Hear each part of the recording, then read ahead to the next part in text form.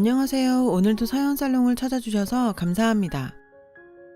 80년대, 여자도 대학을 갈 수 있다는 꿈을 안고 열심히 공부했지만 마주한 현실은 그 시절 여자가 대학을 간다는 건 평범한 저희 집으로서는 꿈도 꿀 수 없다는 사실이었습니다.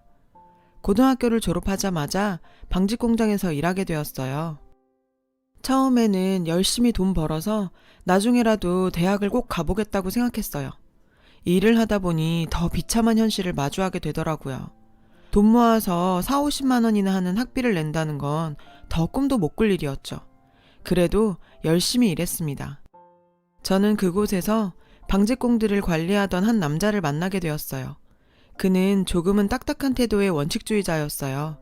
누구 앞에서나 당당했고 일 하나는 기가 막히게 한다며 공장에서도 능력을 인정받는 남자였죠. 처음엔 그저 관리자와 직원의 관계였던 저희는 한 사건을 계기로 급격하게 친해지게 되었습니다. 방직공 사이에도 파벌이 존재했고 저는 늘 겉돌기 일쑤였는데 그런 저에게 그 무뚝뚝한 남자가 관심을 보여줬어요. 공장에서는 항상 원리원칙적이고 딱딱하던 그 남자는 의외로 자상한 면이 많았어요. 남들 앞에서는 카리스마 있는 리더지만 저에게만은 따뜻한 그에게 끌렸어요. 그 사람과 결혼을 전제로 만나게 되었죠. 예상했던 일이지만 그 사람과 제가 사귄다는 소식에 공장은 시끌시끌했고 평소 그를 흠모하던 많은 여자 방직공들의 시기와 질타를 받았어요. 항상 그는 저를 위해 방어해줬지만 제가 더 이상 그에게 피해 끼치기 싫어서 방직공장을 그만두게 되었어요. 제가 일을 그만두게 되자 그 사람은 앞으로는 본인이 저를 먹여 살리겠다며 저에게 청혼을 해줬어요. 많은 사람들의 축복 아래 결혼하게 되었죠. 좋아하는 남자와 결혼해 행복하긴 했지만 한편으로는 걱정되는 점도 있었어요. 남편은 말로만 듣던 송귀한집 3대 독자였는데요. 인사 갔을 때부터 시어머니께서는 처음 보는 예비 며느리에게 무조건 대를 이어가기 위해 아들을 낳아야 한다고 여러 번 강조해서 말씀하실 정도로 아들 욕심이 많았습니다. 저 역시도 이왕이면 바라시는 남편 닮은 떡두꺼비 같은 아들을 낳고 싶은 마음은 굴뚝 같았죠. 그게 뭐 제 맘대로 되나요? 결혼 첫 해 바로 아이를 가진 저는 시어머니의 온갖 관심과 사랑을 받으며 출산을 준비했습니다. 심지어 아들 낳은 여자의 팬티까지 입고 생활하게 할 정도로 온갖 방법을 동원하셨어요. 시어머니께서는 고추 나오는 꿈을 꿨다며 분명 아들이 틀림없다고 말하고 다녔죠. 그런 모습을 볼 때마다 제 마음은 점점 불안해져만 갔어요. 마을 잔치까지 준비하신 시어머니의 염원과는 다르게 저는 딸을 출산했어요. 시어머니께서는 저를 보지도 않고 집으로 돌아가 버리시더라고요. 남편은 저에게 괜찮다고 또 낳으면 된다며 위로하는 위로를 했죠. 저는 그 말에 정말 가슴이 찢어졌어요. 아니, 정확하게는 태어난 딸아이에게 축복을 해주지 못할 망정 아들이 아니라는 이유로 이렇게 냉대하는 시댁 식구들이 원망스럽기까지 했습니다. 출산 후 시어머니는 제가 뭐가 그리도 미우신지 병원 한번 오시지 않았어요. 그러니 아이를 데리고 시댁으로 들어가는 제 발걸음은 무거웠죠. 집에 도착한 저를 보신 어머님께서는 손녀 얼굴은 보시지도 않고 딱 한마디 하셨죠. 얘야, 빨리 둘째 준비하거라. 아무리 아들이 귀한 집안이라고 해도 그래도 첫 손녀인데 아이 얼굴도 보시지 않고 둘째를 준비하라니. 그저 제가 아들 낳기 위해 이 집에 시집온 기분이 들었는데 무슨 일인지도 모른 채 해맑게 웃는 우리 미연이 얼굴 보면서 한참을 울었습니다. 저는 몸추스릴 새도 없이 출산 5개월 만에 또 아이를 가졌어요. 하지만 둘째 역시 딸이 태어나면서 시어머니는 물론 연애 때 그렇게 따뜻하던 남편조차 더 이상 저를 보호해주지 않더라고요. 정말 이게 무슨 일이니? 넌 몸가짐을 어떻게 했길래 계속 계집애만 나오니? 내가 용하다는 약은 다 지어 먹였는데. 제 몸가짐 때문에 아들을 못 낳는다는 어머님 말에 저도 울컥하며 한마디 했어요. 어머님, 아무리 그래도 어머님 손녀잖아요. 우리 미연이도 한번 안 품어주시더니 어머님 자식의 핏줄이잖아요. 제가 노력할 테니 우리 딸들도 손녀처럼 대해주세요. 네? 제발요. 네가 할 말이 어디 있어서 어머니께 대들어? 당장 사과드려. 기가 차게도 옆에서 듣고 있던 남편은 오히려 저를 타박하더라고요. 이 남자가 내가 사랑해서 결혼한 그 사람이 맞나 싶은 생각이 들 정도였죠. 연이어 둘째 지연이까지 낳고 나니 저는 몸도 마음도 지쳤고 손녀를 제대로 대접하지도 못하는 딸들에게 그저 미안할 뿐이었어요. 무리했던 탓일까요? 그렇게 몇 년간은 아무리 노력해도 임신이 되지 않더라고요.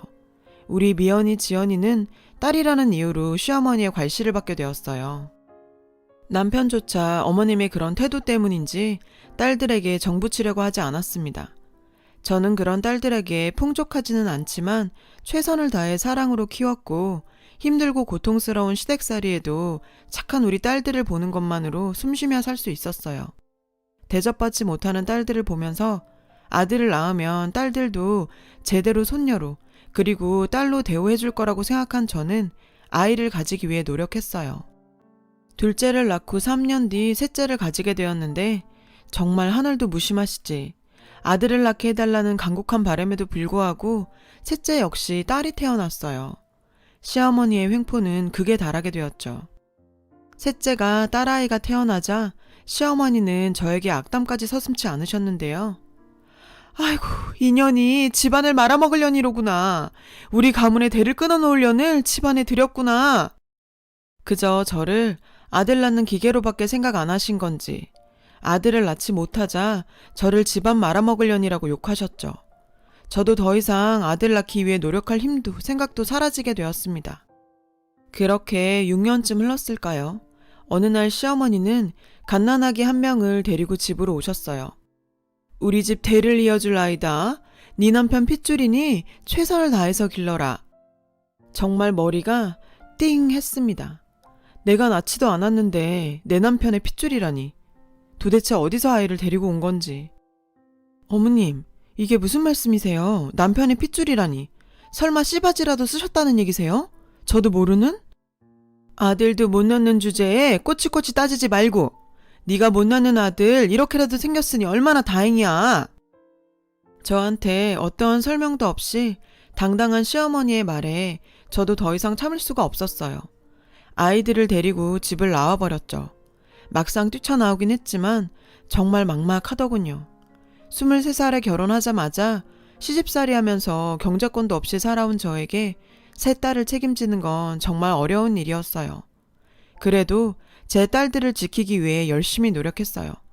하지만 제 이혼과 함께 눈물을 머금고 아이들은 그 집에 빼앗겼어요. 딸을 원치도 않았고 대우도 안 해줬으면서 왜 딸들을 뺏어간 건지. 남편은 저와 이혼 후 아들을 낳아준 그 여자를 집으로 들였어요. 그 여자는 자연스럽게 세 딸의 엄마가 된 거죠. 그렇게 딸들을 데리고 갔으면 잘해주기라도 하지. 아들이 생긴 그 집에서 우리 세 딸은 그저 집안일이나 시키면서 천대받는 존재가 되었어요. 저는 아이들의 양육권을 찾아오기 위해 백방으로 노력했지만 양육할 능력이 안 된다는 이유로 늘 거절당했습니다. 첫째 아이가 대학 갈 시기가 되자 그 집안 식구들은 여자가 대학을 왜 가냐며 빨리 취업이나 해서 집안에 도움이나 되라고 아우성이었어요. 그 이야기를 듣고 앞으로 남은 인생 더 우리 딸들을 위해 살아야겠다고 다짐했죠. 아이들 대학 졸업까지 내가 책임지겠다는 마음으로 식당 일부터 마트 점원 일까지 가리지 않고 했습니다. 아이들이 제 마음을 알아준 건지 다들 대학까지 무사히 졸업하게 되었어요. 그리고 몇 년이 흘렀을까요? 연락하면서 지내긴 했지만 다 큰 아이들도 바빠지고 저도 제 살 길 찾아 바쁜 나날을 보내던 어느 날 제가 살고 있는 원룸으로 아이들이 찾아왔어요. 저에게 울면서 이야기하더라고요. 엄마, 오래 걸렸지. 이제 우리 다 같이 살자. 엄마 집에서 쫓겨나고 우리 세 자매 이날만을 기다리면서 살아왔어. 이제 우리가 모실게.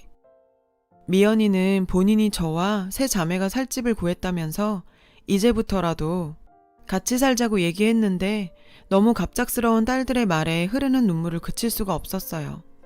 어릴 때부터 첫째는 장사머리가 있어 이것저것 사고 팔면서 용돈벌이를 하곤 했는데 대학 졸업하자마자 작은 카페를 차렸고 둘째와 셋째도 언니를 도와 일하면서 카페를 키워갔다고 하더라고요. 첫째 아이가 카페를 하고 있는 건 알았지만 딸아이의 손을 잡고 간 카페의 규모는 제가 생각한 동네 작은 카페 수준이 아니었어요. 저 큰 카페 주인이 우리 딸들이라니 정말 믿어지지가 않았죠. 엄마, 우리 진짜 열심히 공부해서 셋 다 장학금 받고 공부했고 엄마가 피땀 흘려 번 돈 한 푼도 안 쓰고 모아서 이 카페 차리는데 종잣돈으로 썼어. 이거 엄마 거야. 이미 2호점, 3호점까지 예정되어 있을 만큼 대박집이 된 아이들의 카페였습니다. 연수입이 살다 살다 0이 이렇게 많은 액수는 본 적도 없을 정도였으니까요. 미연이, 지연이 그리고 희연이까지 부모의 이혼에도 빗나가지 않고 바르게 커준 것만도 고마운데 이렇게 저까지 찾아서 함께 살자고 해주니 지금 죽어도 여한이 없다는 말이 실감나더군요. 아이들이 마련한 집에서 넷이서 전에 없는 행복한 시간의 나날을 보냈습니다. 아이들의 제안을 받고 평생 꿈꿔오던 대학에도 다니게 되었어요. 정규과정은 아니었지만 50이 넘어 아이들 덕분에 새로운 도전을 할 수 있었죠. 30살 이상 차이 나는 대학생들과 함께 과제라는 걸 해보는 것만으로도 꿈꾸는 것 같았어요. 과에서 저를 특별히 잘 챙겨주는, 실제로는 아들, 딸뻘인 동기들도 있었고요. 수업 후 그 친구들을 데리고 카페로 오면 늘 딸들은 맛있는 음식들을 대접해줬어요.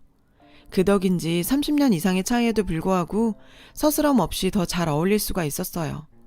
여느 날처럼 카페에서 딸과 일도 하고 있던 저는 잊고 지내던 그 목소리를 듣게 되었죠. 여기가 지연이가 운영하는 카페냐? 돌아본 그곳엔 많이 늙긴 했지만 그 표독한 표정은 그대로이신 시어머니가 서 있었고 그 옆엔 저를 밀어낸 아들을 낳아준 그 여자가 서 있었어요. 할머니가 여긴 왜? 내가 못 올 것을 왔느냐? 손녀가 돼서는 이런 좋은 가게를 차려놓고 이 할미를 한 번도 초대 안 하고 너는 어려서나 커서나 이기적이기 매한 가지구나. 애미가 그 꼴이니? 아직까지도 여전히 저나 손녀에게 악담하는 건 그대로였어요. 단도직입적으로 말하마. 이번에 우리 창모 미국으로 유학 보낼까 하는데 누나인 너희들이 창모 유학비 좀 대거라. 너희도 이 집안에 뭔가 도움이 되어야 하지 않겠니? 어처구니 없는 시어머니의 말에 지연이는 그저 웃어버렸어요. 할머니, 정신 차리세요. 저희가 왜 창모는 유학비를 대줘야 해요? 도대체 그 집안이란 곳에서 우리한테 해준 게 뭔데요? 여자는 공부할 필요 없다면서 맨날 집안일 시킨 게 저희 잘 되라고 한 거예요? 그놈의 아들. 할머니가 언제 우리 손녀를 생각이나 해줬어요? 아들 낳았다고 우리 엄마 내쫓아버리고 저 여자 집안에 들인 사람이 할 말은 아니죠. 저 여자? 너는 네 새엄마한테 말버릇이 그게 뭐니? 이래서 핏줄이 중요하다는 거다. 우리 집안 핏줄에 사람 하나 잘못 들인 이 꼴이 난다니까. 지켜보고 있던 저는 더 이상 딸에게 저런 더러운 싸움을 하게 하고 싶지 않았어요. 오랜만이시네요. 여전하시고요. 어머, 네가 여기 웬일이니? 네가 버린 딸들 좀 잘됐다고 단물 빨러 왔니? 어머님이야말로 손녀는 취급도 안 해주시던 분이 단물 빨러 여기까지 직접 오신 거 아니에요? 참, 듣자 하니 그 잘난 당신 대2여갈 아들놈 사고만 치고 공부도 치지리도 못한다면서요. 그래서 유학이라도 보내시게요? 손자놈 유학 보내고 싶으면 당신의 돈으로 보내. 우리 딸한테 돈 대라 마라 하지 말고. 종 취급하더니 어디서 수작질이야? 내가 지금도 네 며느리로 보이니? 자기 손자놈 유학비 손 벌리러 온 주제에 무슨 염치로 저 따위 행동을 하는 건지 옆에 있던 새 며느리는 한술 더 뜨더군요. 당신은 빠져요. 우리 집안 문제예요. 무슨 권리로 그 돈을 주라 마라 하세요? 참, 잘 모르시나 본데 우리 딸들이 이 가게 제 돈으로 차린 가게라네요. 당신애가 괄시하던 그 딸들 덕분에 저는 이 큰 카페의 사장이 됐고요. 지금은 대학까지 다니고 있네요. 알겠어요? 대학? 사장? 네가? 어디서 뻥을 쳐도. 거기 떨어져 있는 영수증 보세요. 누구 이름이 적혀 있는지. 영수증에는 황미숙이라는 이름이 당당하게 박혀 있었고 영수증에 제 이름을 확인한 전 시어머니는 그제서야 상황 파악이 되는 듯 했어요. 갑자기 누나를 굴리더니 혜미야, 우리 창모 유학 보내야 하는데 너도 한때는 우리 집안 사람이지 않았냐. 창모는 네 딸들 동생이고 네 남편 아들 아니냐. 창모가 집안 일으키면 너한테도 다 도움이 될 거다. 80 먹고 자기 손자를 위해 내쫓은 며느리한테까지 머리 조아리는 모습을 보니 안타깝기 그지없더라고요. 아이고, 아직도 아들 하시네. 무슨 조선시대 박자인간도 아니고 언제까지 그러실 거예요? 세상이 변했어요. 아들이든 딸이든 구분 없는 세상이라고요. 언제까지 그렇게 바보처럼 사실래요? 당신이 무시하던 손녀들은 자기 엄마 카페 사장으로도 만들어주는데 금지 옥엽하던 손주는 내쫓은 며느리한테까지 돈 구걸하게 만드네요. 참 인생사 모른다 그죠? 옆에 며느리 너도 남일 아니다. 보고도 모르겠어? 네 아들 유학 보내시겠다고? 네 아들이나 잘 지켜. 앞으로 그 자리 지키는 것만으로도 벅차겠다 야. 제 이야기에 얼굴이 홍당무처럼 빨개진 그들은 불이 나게 카페에서 나가더라고요. 전 남편도 제가 없을 때 가끔 딸아이들에게 찾아와 단물 좀 빨아먹을 거 없나 괴롭히길래 경찰에 신고했습니다. 그러길래 저랑 이혼했어도 손녀들에게는 잘했더라면 이런 일은 없었을 텐데 그저 손주 하다가 정작 진짜 백이인 손녀들을 놓친 그 인간들은 자업자득이 아닌가 싶네요. 저도 제 손녀 손주 보며 앞으로 더 행복하게 살아보렵니다. 잘 키운 딸 하나 열하듯 안 부럽습니다. 여러분도 정말 행복하시기를 바랍니다. 여러분, 사연 댓글에 응원과 현명한 조언 부탁드려요. 좋아요와 구독은 저에게 큰 힘이 됩니다. 오늘도 좋은 일 가득하세요.